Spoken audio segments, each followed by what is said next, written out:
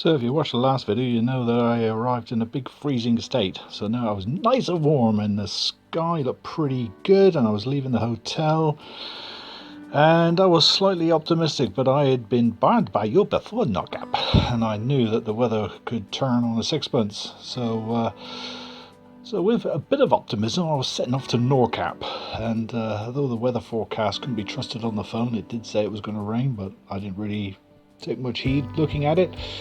And we set off, and it was, as you can see, I slowed this shot down because I just thought it was just beautiful with the sun reflecting. But you can see the roads were wet, the rain was sweeping across continuously. But I thought I'd put up with that if it didn't snow. So this road runs all along a long peninsula, all the way to a tunnel that runs under the sea and joins the two peninsulas together, and NORDKAPP being in the northernmost peninsula. And this is the tunnel, and I think it's about 9 kilometers long, and I put it in because you see the sweeping lights in the roof. You never really know if you're going up and down at half the time. But it takes you right under the sea, and you come out the other side, and this is the northern part of the peninsula, still going along the coast into the town. You can see the mountains of snow coming, but I'd been here when it's been all covered in snow before, but never when it was snowing. And I've never ridden in those sort of conditions. And I was a motorcycle courier from Devon years ago, but I've never ridden in adverse conditions before, not even off-road. It's just been all tarmac. So I was a bit nervous if things were going to get a bit dicey up there, especially since I was pulling a trailer.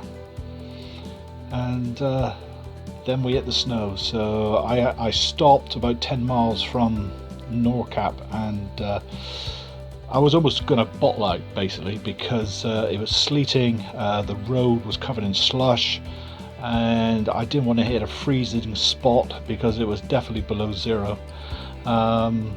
You're basically hoping that the road temperature stops everything, just keeps everything melting all the time. But I decided I was going to push on anyway. I was so close.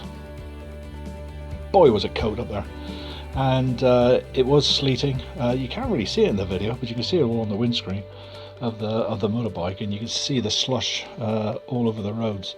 But the Triumph didn't slide or do anything. I could have put it in rain mode or off-road mode, I suppose, but I didn't. I just kept it on road mode, and I just kept pressing on to NORDKAPP. And as I came over the top of the rise, the sleet clouds that hit me dissipated. They blew on over the sea, and the air grew clear. It did come back in stages, but only slightly. And the roads were clearing up a bit, so that gave me a lot of courage, optimism to press on. And I really thought I could make it. I could make it to NORDKAPP. As you can see, the roads were sort of getting worse again, and but the bike didn't give me any troubles at all. And you can see that this is NORDKAPP. Paid £25 to pull in. They said park in the car park. But I went out for the rocks where I should have done, because the Scrambler could do stuff like that, because I wanted to get a photo of the bike next to the iconic globe. And they put rocks here as well, right next to the cafe. You can see one there. But I didn't take the hint. I was going to get this photo no matter what. So I kept the footage in, although it's all blurred from rain and sleet. Because I thought, I've come all this way, and this is the approach down to the you get it like a cliffs to the left and to the right, and it swings round to your left, and that's where the iconic globe is coming up on the left there in the blurred image. And so we swung round on the gravel, and you can see all the snow there, and I think there's 2 girls there with a dog, and that's all the people that were there. There was a few cars in the car park, and that was it. So I parked the bike up, and then one of the girls, I was taking selfies, and one of the girls came up, and you can see by our scarf how blowy it was there, and she offered to take a photo of Max and I with a bike. And I thought it was so nice. What a nice maid. So I thanked her and shook her hand. And she was so nice. So that's the photo. Unblurred. And there's her friend. And I was keeping Max on the lead because they had a dog. And then she did I've seen that post so many times, people put their arms in the air. And that's my official claim to fame. And also the trailer. Made from John from Hot Stuff. So if you get to NORDKAPP, this is basically what you're going to see. The cliffs, I think, are 1,000 feet high. I'm not sure, I was just pointing at more snow was coming. I could see it in the distance. I had no sound because the microphone had busted. You see the peninsula there, freeze framed it.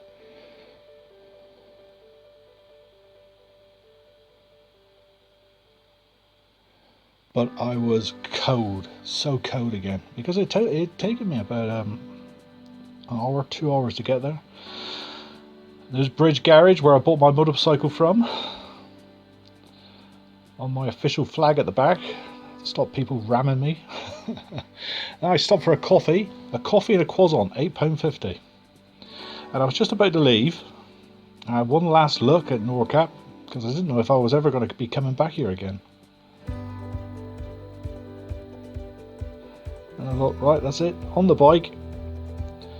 And then one of the staff came out, this nice lady here, and she explained to me I shouldn't be here at all. I shouldn't be taking photos of my bike there. So we made a run for it. Quick, Max, before he gets fined. And of course we had the boulders to get through, but I have got through the boulders before. Oh yeah, I'm getting really good at going between boulders. So we're going over the icy puddles. Come on, Max, keep up, mate. Into the car park. Well, this actually isn't the car park. The car park's on the right, that's where I should have been. This is where the coaches stop. So I put the bike over. Right, Max, we've got to make a run for it. The snow's coming. So I was trying to keep ahead of that. So he's wrapped up in my poncho, or Max's Star Wars outfit. And a bit of tarp goes over the top. It's all clipped down so we don't lose it all. And this nice girl came over to say hello to Max. But Max wasn't in anything of it. He was barking and snarling. Oh yeah, nobody messes with with somebody from the Force. He looks like Yoda. And then it was back. Off we went. So we're heading all the way back again. But I knew this guy. I'll get to that in a minute. But this guy gave me a wave on the way out. Unless he was waving the fine at me, I don't know. But anyway.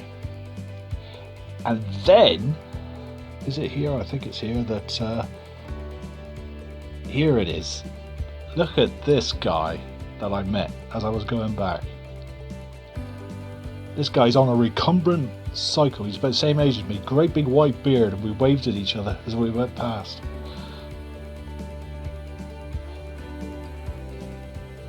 Yeah, so then basically it was all the way back because I knew I had a shower to go to and a nice warm room, and that certainly makes a difference when you're up here. I dreaded if I had to pitch a tent on top of that lot and try and stay warm. But what a landscape.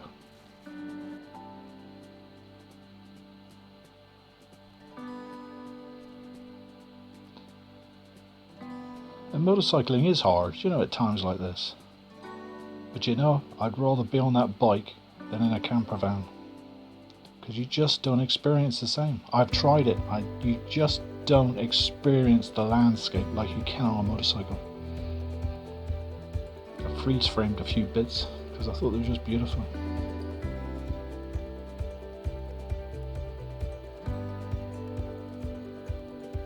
It's a huge sense of achievement on a motorcycle.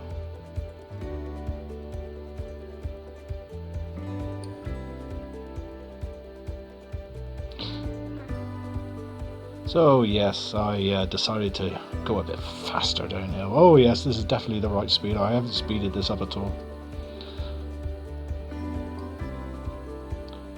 you won't catch me being safety conscious. I can rip it when I want to.